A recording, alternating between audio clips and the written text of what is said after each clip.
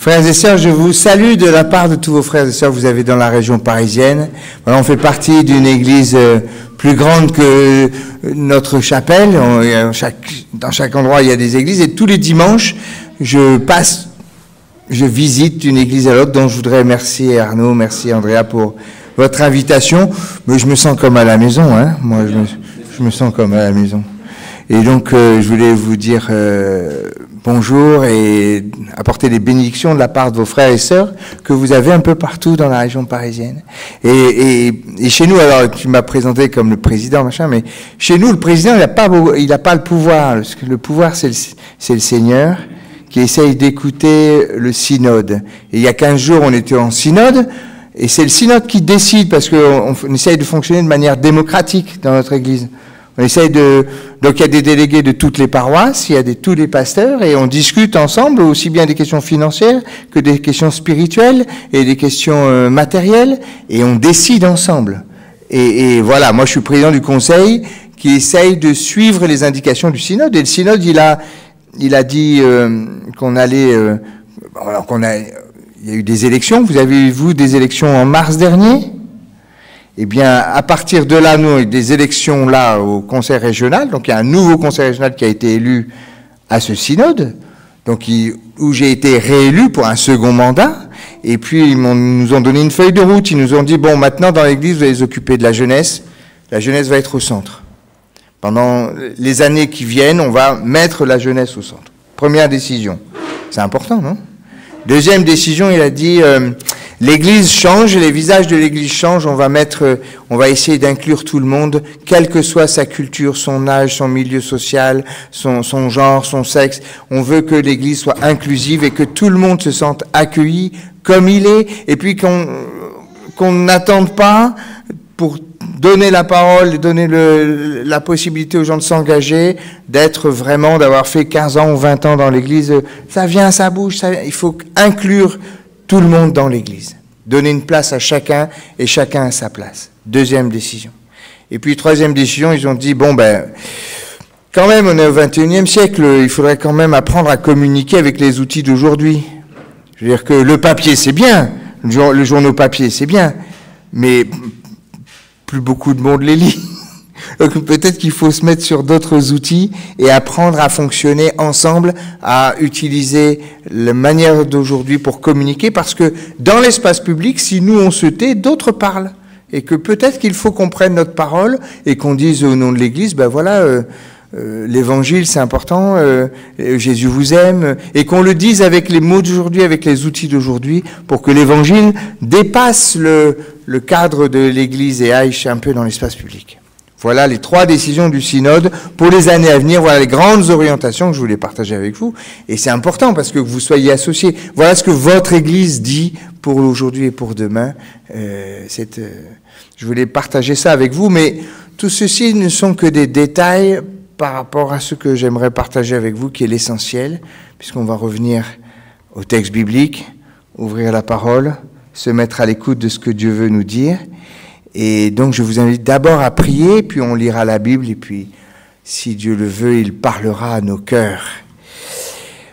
Seigneur, merci d'être là au milieu de nous, merci de vouloir t'adresser à chacun d'entre nous. Merci parce que tu as préparé une parole pour chacun d'entre nous personnellement, et que tu veux nous parler, et que souvent nous restons sourds ou un peu distraits, nous laissons nos pensées vagabonder ailleurs, que notre attention est dissipée. Alors Seigneur, aide-nous à nous concentrer, à mettre notre attention sous ton esprit, sous ton regard, et que nous puissions entendre ta parole, entendre ce que tu veux nous dire, que ce soit pour nous rabrouer, nous relever, que ce soit pour nous consoler, que ce soit pour nous guider dans nos choix. Tu veux nous parler, et Seigneur, nous avons besoin de ton esprit pour que les mots de la Bible soient une parole vivante qui vienne de toi. Alors parle Seigneur, tes serviteurs écoutent. Amen.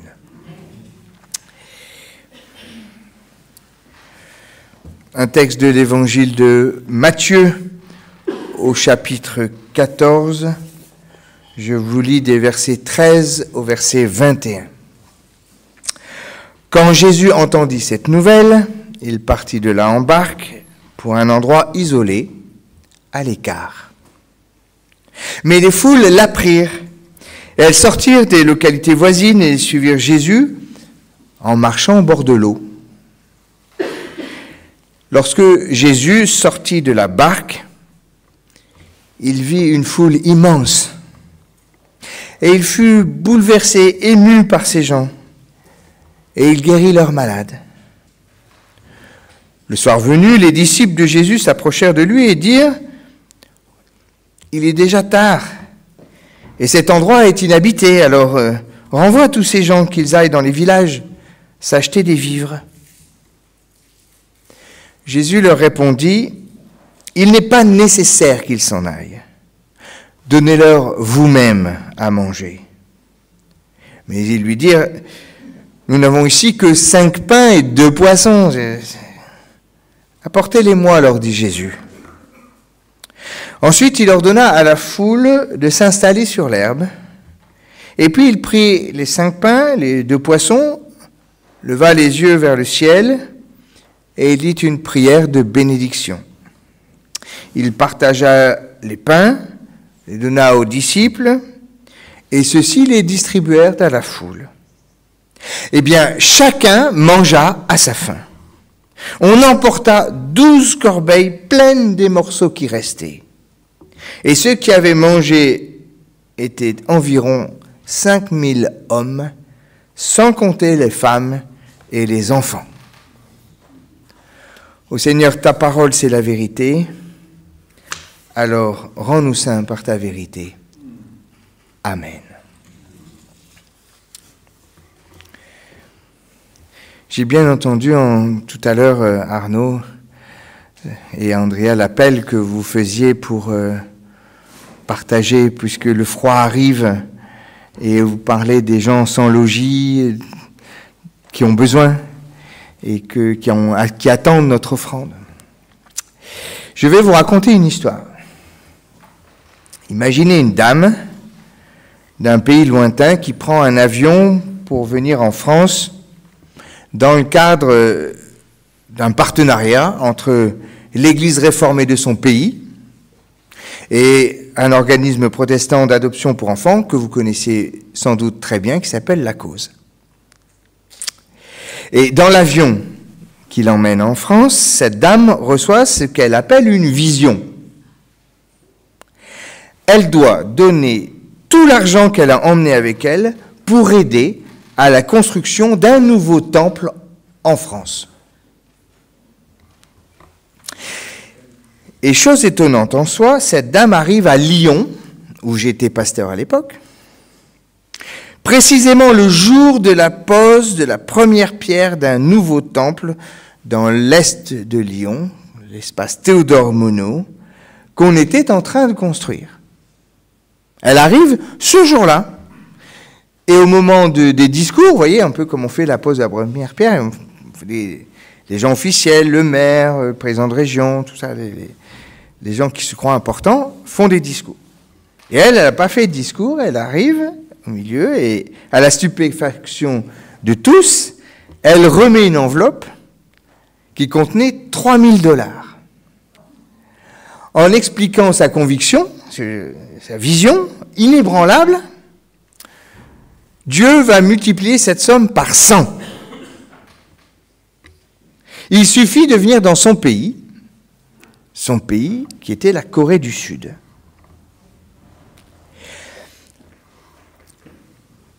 Je ne vous raconte pas les petits sourires en coin, vaguement moqueurs, voyez, entrevus ce jour-là, ça et là, y compris sur le visage des responsables et des pasteurs. $3000, belle générosité, multipliée par 100, quand même. Hein, mais bon, plusieurs mois passent, et puis quand même, les responsables de notre église ne sont pas complètement fous. Ils se disent, bah, ça vaut le coup d'aller voir en Corée. On ne sait jamais. On ne sait jamais.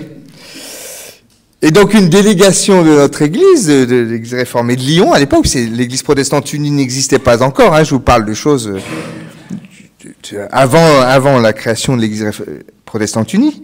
Donc l'église réformée, on s'en va en délégation en Corée, dans ce pays de l'autre bout du monde. Et si c'était vrai, on ne sait jamais, eh bien, sachez que Dieu a plus que tenu sa promesse. Il n'a pas multiplié par 100. Il a fait en sorte qu'on puisse récolter pas loin de 500 000 €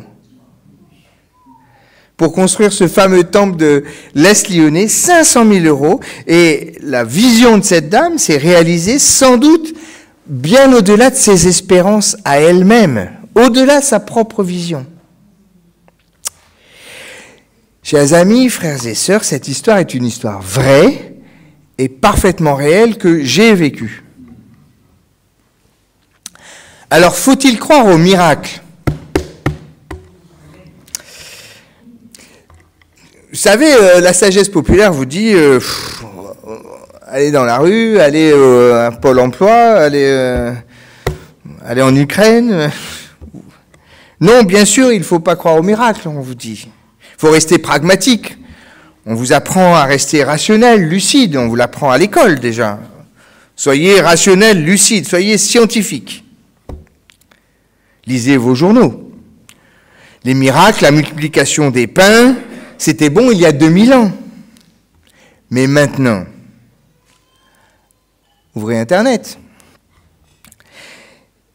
Et les chrétiens qui accorderaient quelques crédits à ces récits de miracles passeraient un peu pour des doux rêveurs, voyez, un peu déconnectés de la réalité du monde.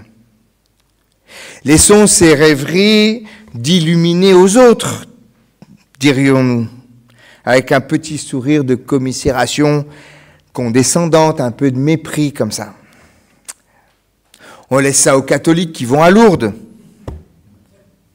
On laisse ça aux pentecôtistes qui croient aux guérisons, par leurs prières. Mais croire à la multiplication des pains, c'est-à-dire qu'à partir de 5 pains et 2 poissons, 5000 hommes, sans compter les femmes et les enfants, puissent manger. Allons, vous n'êtes pas sérieux, monsieur le pasteur.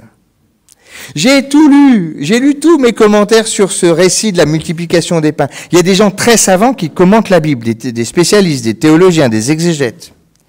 J'ai lu tous ceux que j'avais sous la main, je suis allé voir sur Internet. J'ai vu pas moins de 7 explications différentes pour nous donner une explication de comment ça s'est passé la multiplication des pains. Certains ont cherché une explication rationnelle. En fait, ils auraient partagé leur pique-nique. D'ailleurs, je suis toutes mes excuses pour le repas de tout à l'heure.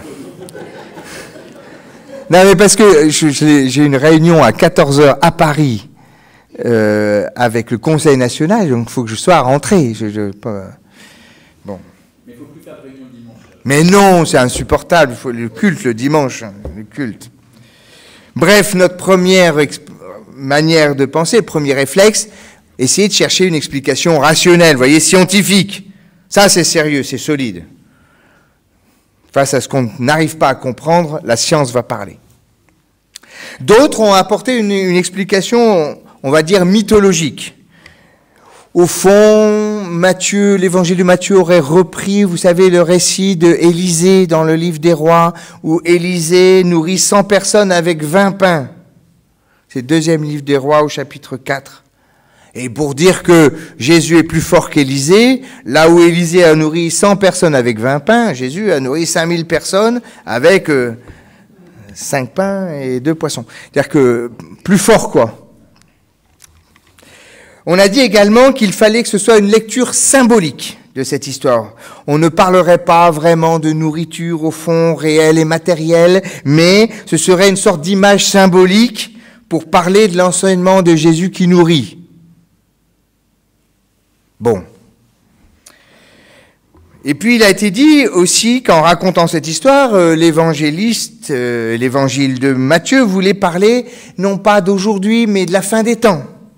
Donner une image du royaume. Vous voyez, quand on pense aux tables éternelles, un grand repas où tous ceux qui participent sont rassasiés. On parle ça de...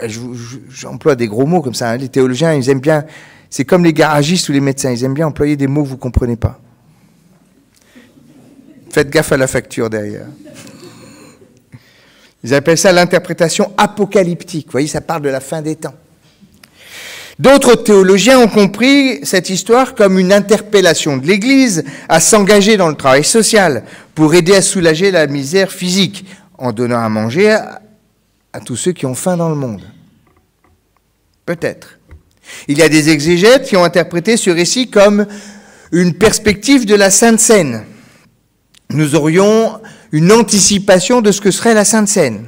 Et puis, dernière explication relevée dans mes bouquins, l'interprétation sur la vie de l'Église qui nous dit, au fond, c'est une description de la vocation de l'Église, de rassembler le peuple de Dieu pour le guider et le nourrir. Je vais vous dire mon sentiment. Tout cela n'est pas faux, au fond, mais du miracle, de la multiplication des pains, rien, néant. Pas moins de 7 explications différentes, pas moins de 7 tentatives de tordre le cou au miracle, si je puis dire.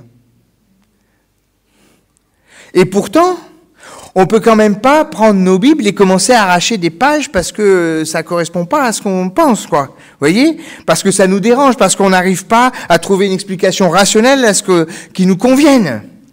Parce qu'il faut savoir que quand même le Nouveau Testament raconte 6 fois le récit de la multiplication des pains. On ne peut pas dire que c'est 3-4 versets au fin fond de notre Bible, que on a fait beaucoup de tintouin autour de 4-5 versets. Non, non. 6 fois on raconte la même histoire.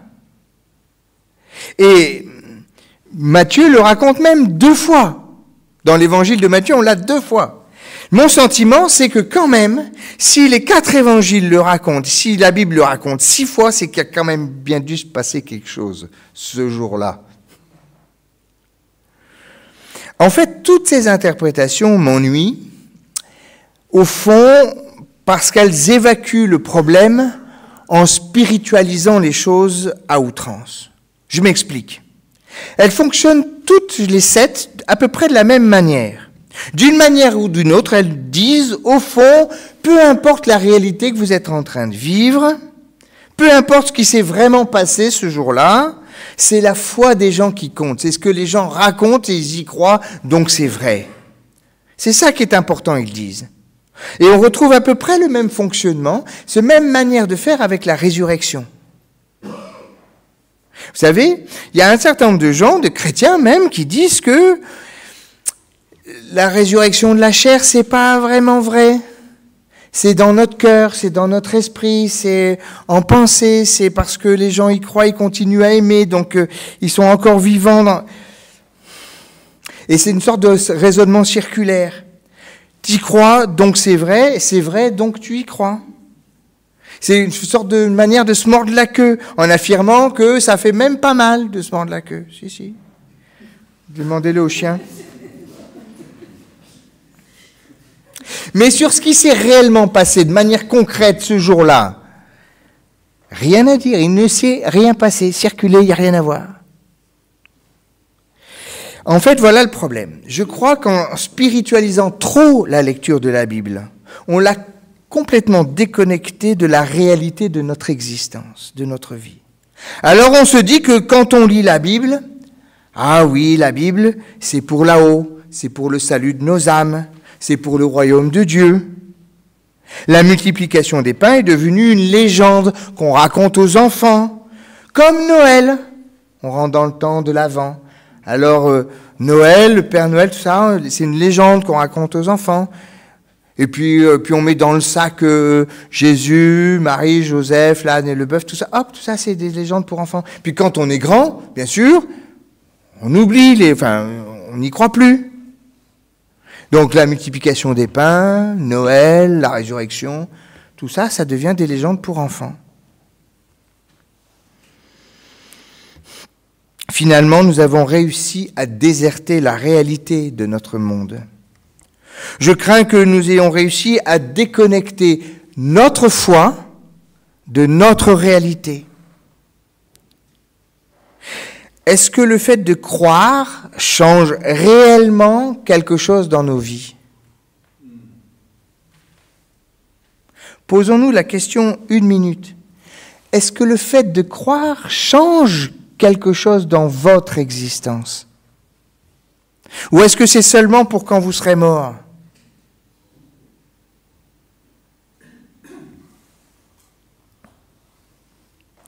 Est-ce que nous n'avons pas réussi à séparer deux mondes qui ont fini par devenir étanches l'un envers l'autre, avec d'un côté la foi, la vie spirituelle, l'église où on va le dimanche prier, et puis de l'autre côté la vraie vie quotidienne avec la difficulté de vivre, la dure réalité qui nous rattrape, le boulot, les enfants, les collègues, les embouteillages, les bouchons, les trains qui n'arrivent jamais à l'heure, le boulot qu'on perd, ouais. Et on s'amuse à faire des cochonneries la semaine, et puis le dimanche, hop, on va s'occuper de notre vie spirituelle. Et que chacun se débrouille comme il peut pour articuler les deux. Et il faut dire que ça arrange beaucoup de monde. Nombreux sont ceux qui voudraient repousser les chrétiens dans leur spiritualité désincarnée.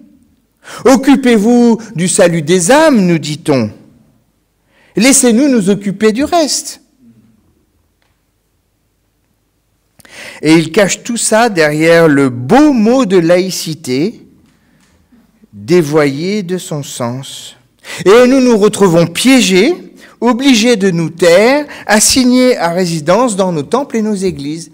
Occupez-vous des bondieuseries, nous on s'occupe du reste. À partir de ce récit de la multiplication des pains, je voudrais avec vous essayer de réarticuler, mais d'une manière simple, pragmatique, notre foi et notre réalité. L'évangile de Matthieu ne nous parle pas ici de vie spirituelle, il nous parle de faim bien concrète, bien réelle. Et voilà ce qu'il nous dit. Et c'est la première chose que je retiens et que j'aimerais partager avec vous, que j'aimerais que vous gardiez pour vous en repartant. Notre Dieu est un Dieu qui ne veut pas que les hommes aient faim. Autrement dit, notre Dieu s'intéresse à nous, ce que nous vivons de plus simple, de plus basique, de plus élémentaire, l'intéresse et le concerne. Tous nos soucis, tous nos ennuis, tous nos besoins, même si cela peut nous paraître idiot ou trop matériel. Vous savez, les gens qui se disent « j'ose pas prier pour ça oh, ». Le Seigneur, il a bien d'autres choses à s'occuper. Combien de fois on le dit oh, il y a des choses tellement plus graves. Il ne va pas s'occuper de ça. Rien de ce qui nous touche lui est étranger. Rien, mais absolument rien. Il veut en prendre soin. Il est attentif à notre vie. Je remarque même qu'il n'est même pas besoin que les gens se plaignent d'avoir faim pour que Jésus s'en rende compte. Rendez-vous compte, les gens n'ont rien dit. Ce sont les disciples qui disent « Oh, il est tard, il n'y a rien à manger ici, il n'y a pas de magasin, il n'y a pas de McDo dans le coin. » Renvoie-les qu'ils aillent s'acheter à manger dans les villages.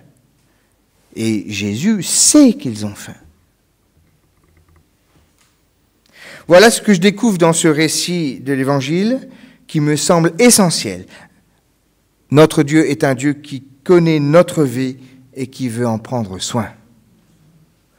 Dieu connaît votre existence et il veut en prendre soin. Notre récit nous dit même que Jésus en a été ému, bousculé, remué aux entrailles, dit le texte original en grec. Pris aux tripes, on dirait aujourd'hui. Ici, aucune foi n'est exigée pour faire le miracle. Jésus n'a demandé ni carte de séjour, ni test ADN, ni vaccin anti-Covid, ni certificat de baptême, ni confession de foi. Rien. Les gens avaient faim, il s'en est aperçu, il leur a donné à manger du pain et des poissons. C'est aussi simple que ça. Et toutes les tentatives pour évacuer cette histoire sont des tentatives fausses.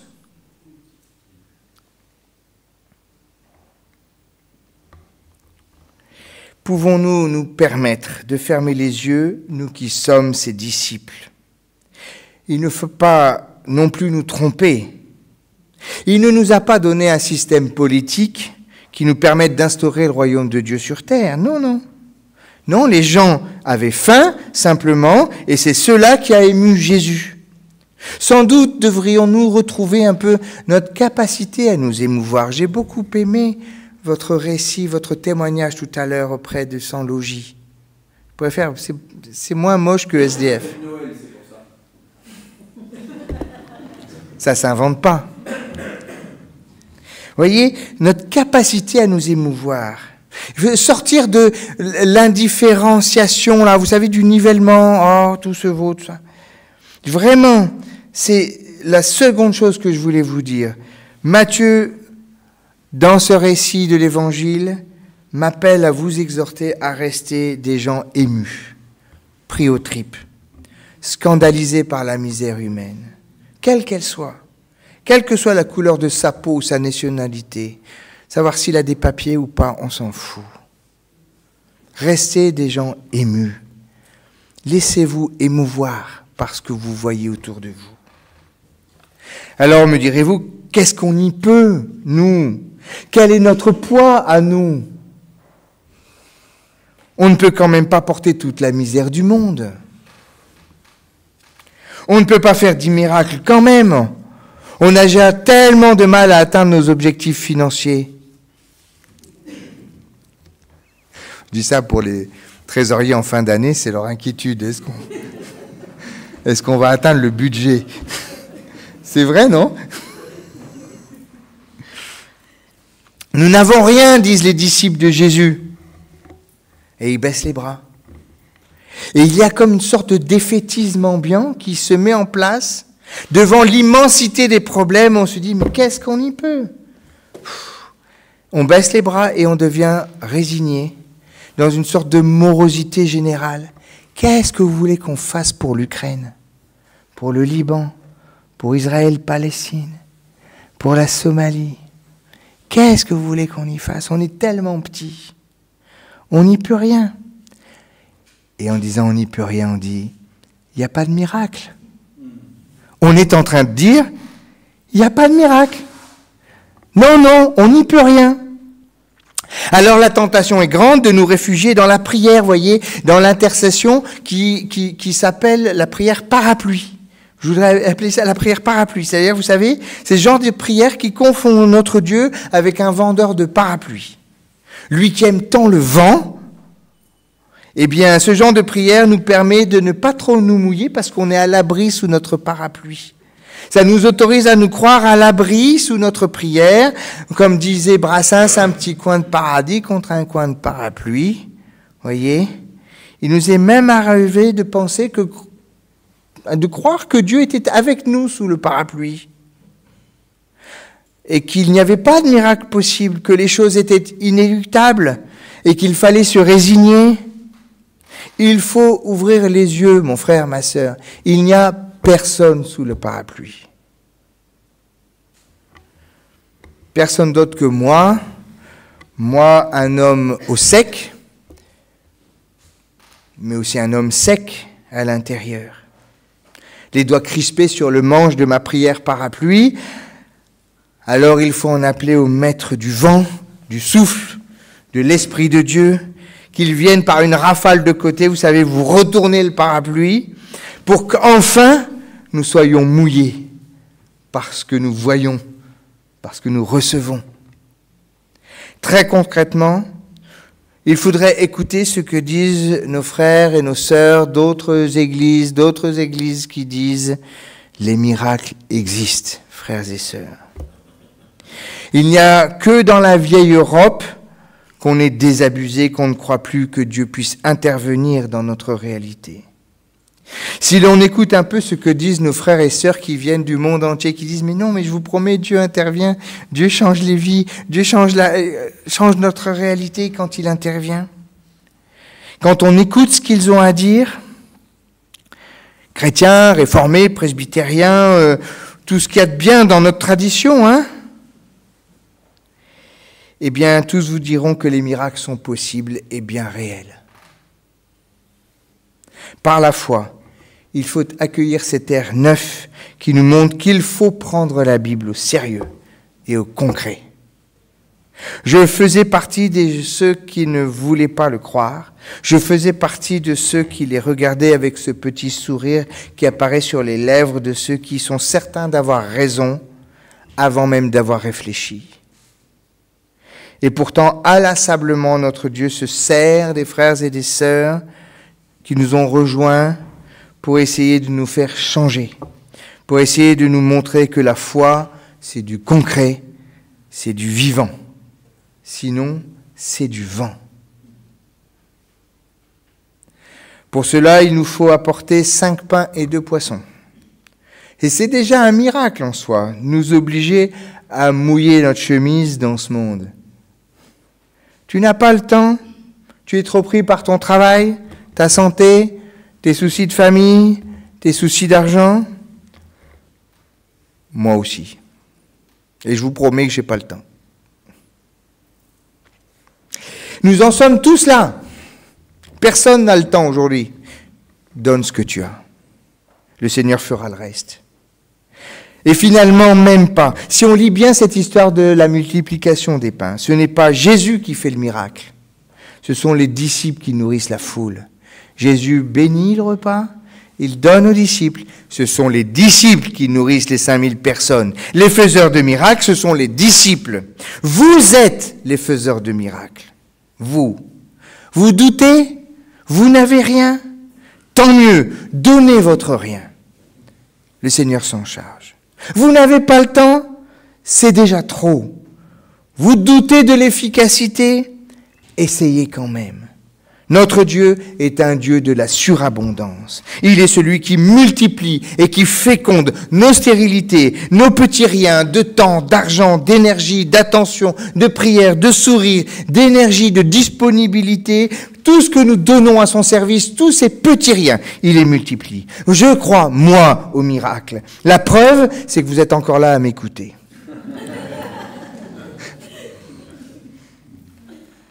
Moi, je crois au miracle parce que notre Dieu est un Dieu de la surabondance.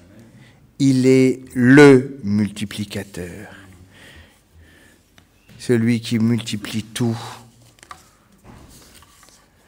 Mon frère, ma sœur, en vérité, je te le dis, des 4 opérations, dit Dieu, celle que j'aime le mieux, c'est la multiplication. L'addition, c'est très bien, mais ça ne va pas assez vite pour moi, dit Dieu. C'est bon pour les comptables et moi, je ne sais pas compter. La soustraction, dit Dieu, ça n'est pas mon genre. Quand il faut ôter, enlever, retrancher, soustraire, j'ai mal partout. La soustraction, c'est plutôt l'affaire du percepteur. Et moi, je ne suis pas un percepteur. Quant à la division, je passe mon temps à en réparer les dommages. Voilà des siècles et des siècles que j'essaye d'apprendre aux hommes à ne plus faire des divisions. Ils sont de fameux diviseurs, des diviseurs infatigables, incorrigibles. Ils se servent même de mon nom pour diviser. Vous vous rendez compte? Mais la multiplication, ça, c'est ma spécialité, dit Dieu. Je ne suis moi-même que dans la multiplication. Je ne me sens bien que dans la multiplication. Je suis imbattable dans ce genre d'opération. Je suis le multiplicateur. Et je multiplie tout. La vie, la joie, le pardon, l'amour. Si l'homme qui fait toujours le malin multiplie le mal par 10, moi, je multiplie le pardon, la grâce et l'amour par 1000. Amen.